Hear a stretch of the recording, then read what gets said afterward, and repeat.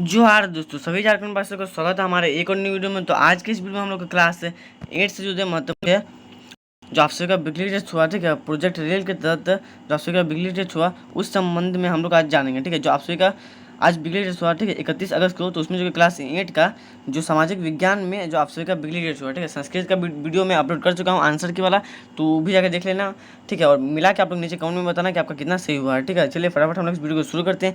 Video को शुरू करने से पहले जो हमारे इस यूट्यूब चैनल में नए हो जल्दी से हमारे चैनल को सब्सक्राइब कर ताकि ऐसे महत्वपूर्ण जानकारी आपको हमेशा प्राप्त हो सके, ठीक है। बिजली टेस्ट, मंथली टेस्ट से संबंधित हर जानकारी आप सभी को मिलता रहेगा। जल्दी से हमारे चैनल को लाइक कर दो, ठीक है, चैनल को सब्सक्राइब कर दो और वीडियो को लाइक कर दो। चलिए बढ़ते हैं हम लोग अपने प्रथम प्रश्न की तरफ। देखिए, वस्तुनिष्ठ प्रश्न। पहला प्रश्न हम लोग का क्या है? देखिए, पहला प्रश्न हम लोग का है कि मणिकरण, ठीक है, मणिकरण किस ऊर्जा के लिए जाना जाता है, ठीक है। मणिकरण किस ऊर्जा के लिए जाना जाता है? देखिए यहाँ पे ऑप्शन दिया हुआ है, ज्वारीय ऊर्जा, ठीक है, परमाणु ऊर्जा, पवन ऊर्जा, भूतापीय ऊर्जा, ठीक है। तो क्वेश्चन नंबर जो 1 है इसका राइट आंसर क्या हो जाएगा? भूतापीय ऊर्जा, ठीक है। किसके लिए जाना जाता है? तो भूतापीय ऊर्जा के लिए जाना जाता है। चलिए बढ़ते हैं क्वेश्चन नंबर 2 की तरफ, ठीक है। तो प्रश्न संख्या 2 में हम लोग को पूछ रहा है कि झारखंड में बॉक्साइट उत्पादन किस जिले में होता है, ठीक है। झारखंड में बॉक्साइट उत्पादन किस जिले में होता है? देखिए ऑप्शन यहाँ पे देखिए, गुमला, हजारीबाग, पलामू और पश्चिमी सिंहभूम, ठीक है। आप लोग मिला के मुझे जरूर नीचे कमेंट में बताना कि आपका कितना सही हुआ है, ठीक है। जो आज बिगड़ी टेस्ट आप लोग का हुआ है SST में, तो आप लोग का कितना प्रश्न जो कि है सही हुआ है, ठीक है। तो फटाफट हमको बताना, ठीक है। तो देखिए इसका जो कि आंसर क्वेश्चन नंबर 2 का इसका हो जाएगा गुमला, ठीक है।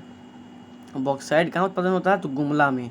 चलिए बढ़ते हैं क्वेश्चन नंबर 3 की तरफ। प्रश्न संख्या 3 में यहाँ पे हम लोग का पूछ रहा है, इनमें से कौन गैर परंपरागत ऊर्जा का स्रोत है, ठीक है। इनमें से कौन गैर परंपरागत ऊर्जा के स्रोत हैं? तो कौन है? देखिए यहाँ पे ऑप्शन है कोयला, पवन ऊर्जा, पेट्रोलियम और प्राकृतिक गैस, ठीक है। तो प्रश्न संख्या 3 का राइट आंसर आपका क्या हो जाएगा? प्रश्न संख्या 3 का राइट आंसर हो जाएगा पवन ऊर्जा, ठीक है। पवन ऊर्जा जो है ये पारंपरिक गैस है, ठीक है, माफ कीजिए, परंपरागत ऊर्जा का स्रोत है, ठीक है, पवन ऊर्जा। उसके बाद हम लोग बढ़ते हैं नेक्स्ट प्रश्न में। तो नेक्स्ट प्रश्न हम लोग का क्वेश्चन नंबर 4, ठीक है। तो क्वेश्चन नंबर 4 में देखिए, धातु, माफ कीजिए, तांबा किस प्रकार का खनिज है, ठीक है। तो क्वेश्चन नंबर 4 जो है यहाँ पूछ रहा है तांबा किस प्रकार का खनिज है। देखिए ऑप्शन यहाँ पे है धात्विक, अधात्विक, दोनों, इनमें से कोई नहीं। तो क्वेश्चन नंबर 4 का राइट आंसर क्या हो जाएगा? धात्विक। तांबा किस प्रकार का है? तो धात्विक, ठीक है, धात्विक है। चलिए बढ़ते हैं क्वेश्चन नंबर 5 की तरफ। क्वेश्चन नंबर प्रश्न संख्या 5 में हम लोग का है, ज्वारीय ऊर्जा किस ऊर्जा के स्रोत है, ठीक है। ज्वारीय ऊर्जा किस ऊर्जा का स्रोत है? तो परंपरागत, गैर परंपरागत, दोनों, इनमें से कोई नहीं। तो क्वेश्चन नंबर 5 का राइट आंसर क्या हो जाएगा? ऑप्शन नंबर बी, गैर परंपरागत। किस ऊर्जा का स्रोत है? तो वो गैर परंपरागत का स्रोत है। चलिए प्रश्न संख्या 6 की तरफ चलते हैं। देखिए प्रश्न संख्या 6 में हम लोग का जो प्रश्न है यहाँ पे पूछा गया था, भारतीय, ठीक है, भारतीय राष्ट्रीय कांग्रेस की स्थापना कब हुई थी? यानी कि भारतीय यानी कि इंडियन नेशनल कांग्रेस की स्थापना कब हुई थी? तो देखिए ऑप्शन देखिए, 1885 ईस्वी में, 1887 ईस्वी में, 1897 ईस्वी में या 1859 ईस्वी में। तो इसका राइट आंसर हो जाएगा 1885 ईस्वी में, ठीक है। 1885 ईस्वी में जो कि है भारतीय राष्ट्रीय कांग्रेस की स्थापना हुई थी। और किसके द्वारा हुई थी? तो HU होम्स के द्वारा, HU होम्स के द्वारा। चलिए प्रश्न संख्या नेक्स्ट में चलते हैं हम लोग। प्रश्न संख्या नेक्स्ट में हम लोग को पूछा जा रहा है 7 नंबर का प्रश्न कि राज्यसभा के राष्ट्रपति, माफ कीजिए, राज्यसभा के सभापति कौन होते हैं, ठीक है। जो राज्यसभा होता है उसके सभापति कौन होते हैं? राज्यसभा के सभापति कौन होते हैं? तो देखिए ऑप्शन यहाँ पे दिया हुआ है, राष्ट्रपति, उपराष्ट्रपति, प्रधानमंत्री और राज्यपाल, ठीक है। तो प्रश्न संख्या 7 का यहाँ पे राइट आंसर हो जाएगा ऑप्शन नंबर, कौन सा? ऑप्शन नंबर बी बिल्कुल राइट आंसर हो जाएगा, ठीक है। इसमें आप सभी का हिचकिचाने की कोई जरूरत नहीं है। ऑप्शन नंबर बी, उपराष्ट्रपति। देखिए राज्यपाल तो आपको पता है कि कोई कहीं बैठने के लिए आते नहीं है, ठीक है। प्रधानमंत्री तो देश के प्रधान है, तो वो कहाँ आएंगे? राज्यपाल। राज्यपाल तो एक जिला का होता है, ठीक है। तो इसका जो कि उपराष्ट्रपति राइट आंसर हो जाएगा। चलिए नेक्स्ट प्रश्न की तरफ बढ़ते हैं। 8 में हम लोग का प्रश्न है कि झारखंड, ठीक है, झारखंड में लोकसभा के सदस्य की संख्या कितनी है, ठीक है। यहाँ पे लोकसभा पूछ रहा है, ठीक है, लोकसभा के कितने हैं? तो यहाँ पे ऑप्शन देखिए 20, 14, 16 और 18, ठीक है। तो क्वेश्चन नंबर 8 है, ठीक है। तो क्वेश्चन नंबर 8 का यहाँ पे राइट आंसर कितना हो जाएगा? 14, ठीक है। लोकसभा की 14 है और राज्यसभा की 81, ठीक है। राज्यसभा के 81, दोनों आप सभी को याद रखना है। राज्यसभा के कितना है 81, माफ़ कीजिए, विधानसभा के 81 और लोकसभा के 14, ठीक है। विधानसभा के 81 है, ठीक है। जो विधानसभा का चुनाव इस वर्ष होने वाला है 2024 में, तो उसका जो कि है 81। चलिए मैं नेक्स्ट प्रश्न की तरफ बढ़ते हैं। प्रश्न संख्या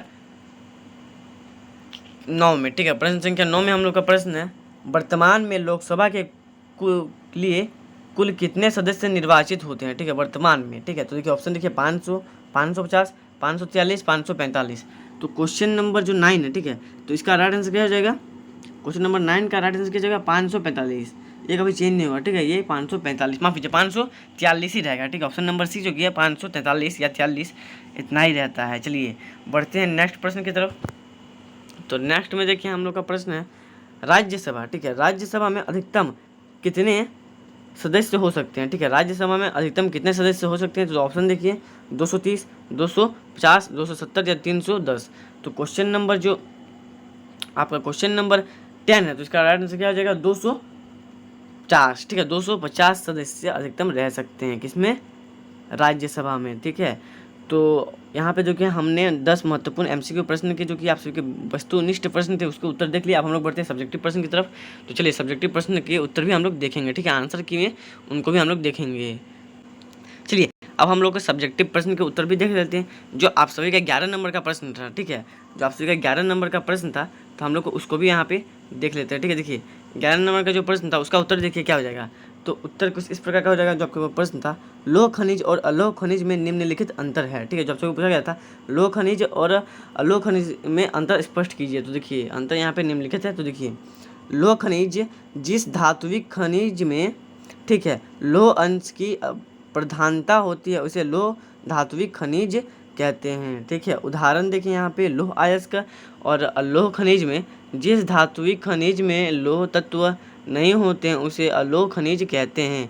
उदाहरण के लिए सोना, चांदी, सीसा, ये सभी जो कि है उदाहरण जो कि अलोह खनिज के हो जाएंगे। चलिए प्रश्न संख्या 12 यानी प्रश्न संख्या 12 में हम लोग चलते हैं। देखिए 12 नंबर का प्रश्न था, परंपरागत और गैर परंपरागत ऊर्जा में निम्नलिखित अंतर है, ठीक है। ये जो कि है आप सभी का प्रश्न था, परंपरागत और गैर परंपरागत ऊर्जा में अंतर स्पष्ट कीजिए। तो उसके अंतर यहाँ पे निम्नलिखित है। तो देखिए कौन कौन से हैं।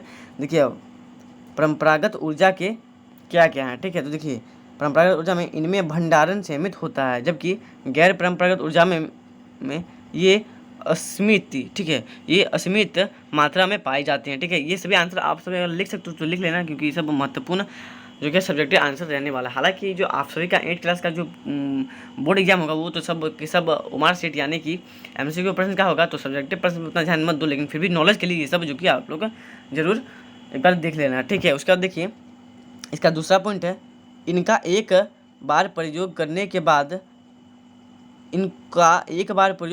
बाद समाप्त हो जाता है, ठीक है। इनको एक बार प्रयोग करने के बाद समाप्त हो जाता है। उसके बाद गैर परंपरागत में देखिए इनको उपयोग बार बार किया जा सकता है, ठीक है। गैर परंपरागत ऊर्जा का उपयोग बार बार किया जा सकता है। उसके बाद देखिए इसका उदाहरण है, उदाहरण के लिए कोयला, ठीक है, पेट्रोलियम, प्राकृतिक गैस परंपरागत ऊर्जा के क्या है, परंपरागत ऊर्जा के उदाहरण है। और गैर परंपरागत ऊर्जा के देखिए कौन कौन उदाहरण है। तो देखिए उदाहरण के लिए पवन ऊर्जा, सौर ऊर्जा, ठीक है, परमाणु ऊर्जा, भूतापीय ऊर्जा इत्यादि गैर परंपरागत के जो कि है क्या है, उदाहरण हैं।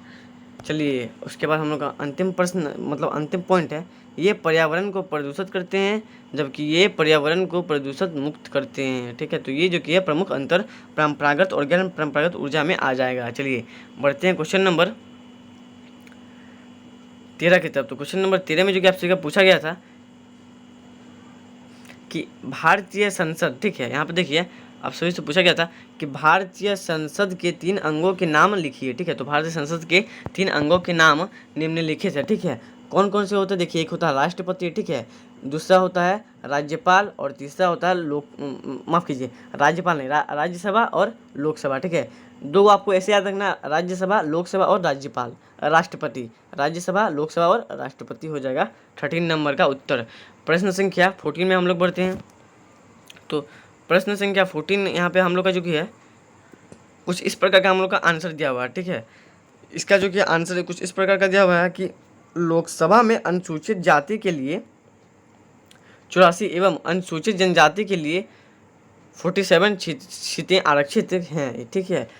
तो 14 नंबर का जो कि है आप सभी को पूछा गया था प्रश्न कि लोकसभा के अनुसूचित जाति के लिए तथा अनुसूचित जनजाति के लिए कितनी सीटें आरक्षित हैं। तो देखिए 47 और 84 जो कि है हो जाएगा। चलिए 15 नंबर का आंसर हम लोग देखते हैं। यहाँ पे देखिए 15 नंबर का आंसर है लोकसभा को लोकप्रिय सदन कहा जाता है, ठीक है। यहाँ पे पूछा गया था लोकसभा को क्या कहा जाता है, तो यहाँ पे देखिए उत्तर होगा लोकसभा को लोकप्रिय सदन भी कहा जाता है। चलिए अब हम लोग बढ़ते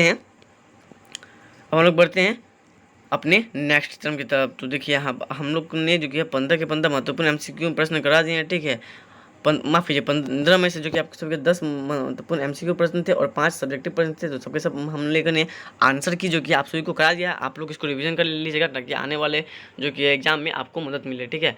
तो आई होप आप सभी को वीडियो अच्छा लगा होगा। ऐसे और महत्वपूर्ण वीडियो के लिए हमारे यूट्यूब चैनल के साथ जुड़े रहें, ठीक है। मिलते हैं नेक्स्ट वीडियो में, तब तक के लिए जय हिंद, जोहार।